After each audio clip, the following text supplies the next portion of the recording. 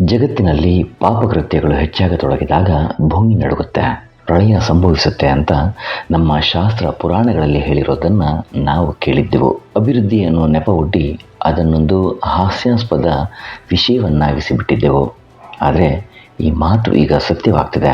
ವಿಶ್ವದ ಖ್ಯಾತ ವಿಜ್ಞಾನಿಗಳೇ ಇದನ್ನು ಒಪ್ಪೋಕೆ ಶುರು ಮಾಡಿದ್ದಾರೆ.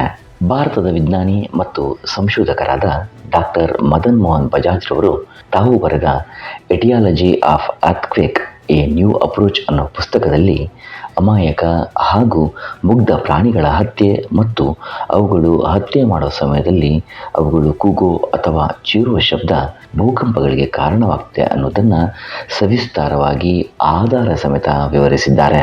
ಭೂಮಿಯ ಮೇಲೆ ಯಾವುದೇ ಜೀವಿಯ ದೊಡ್ಡ ಪ್ರಮಾಣದ ಹತ್ಯೆ ನಡೆದಾಗ ಅದರಿಂದ ನೋವಿನ ಅಲೆಗಳು ಸೃಷ್ಟಿಯಾಗ್ತವೆ. ಹೀಗೆ ಸೃಷ್ಟಿಯಾದ ತರಂಗಗಳು ಅಥವಾ ಅಲೆಗಳು ಹೆಚ್ಚು ಶಕ್ತಿಯುತವಾಗಿದ್ದು ಭೂಮಿಯನ್ನು ನಡುಗಿಸುವಷ್ಟು ಪ್ರಬಲವಾಗಿರ್ತವೆ.